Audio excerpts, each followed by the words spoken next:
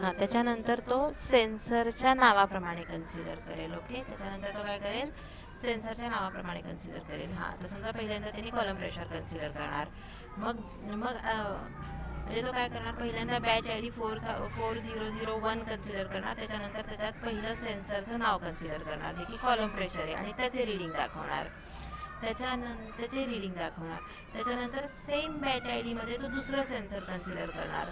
असं group by function असं work करतं. त्यानंतर दुसरं सेन्सर दाखवणार. त्याच्यानंतर तो तिसरं सेन्सर दाखवणार, चौथं सेन्सर दाखवणार. असे किती सेन्सर्स आहेत आपल्याकडे, असे आपल्याकडे 1 2 3 4 5 सेन्सर्स झाले. त्यांचे रीडिंग सॉर्ट करून झाले की त्याच्यानंतर म्हणजे कन्सिडर करणार, दाखवणार नाही, सॉरी, कन्सिडर करणार. असे सगळे रीडिंग हे करून झाले, दाखवून झाले. असे सगळे रीडिंग 5ही सेन्सरचे रीडिंग झाले, कन्सिडर केले की त्याच्यानंतर तो next batch I D consider करणार. अशा प्रकारे ग्रुप बाय फंक्शन वर्क होणार. ठीक आहे.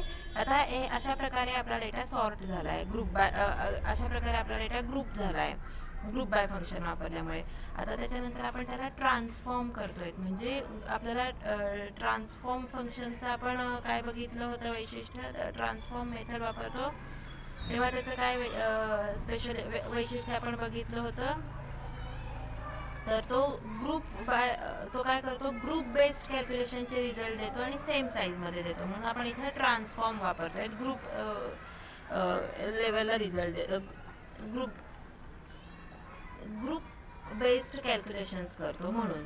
आणि त्याच्यानंतर लॅम्बडा फंक्शन आपण बघितलं. लॅम्बडा एक्स म्हणजे जस्ट ते डेफ एक्स असल्यासारखंच असतं. तर त्याला जे आपण फंक्शन एक्सप्रेशन पुढे देऊ ते तो कन्सिडर करणार. Lambda x dot interpolate. मग त्याला आपण काय सांगितलं, एक्सला काय कर, इंटरपोलेट कर. म्हणजे लिनियर इंटरपोलेशनमधली म्हणजे इंटरपोलेट करून त्या व्हॅल्यू फिलअप कर. पण आता इथे होणार काय, तर मधल्या म्हणजे बॅचच्या एजेसच्या व्हॅल्यू इंटरपोलेटनी व्यवस्थित फिल होऊ म्हणजे फिल होणार नाही.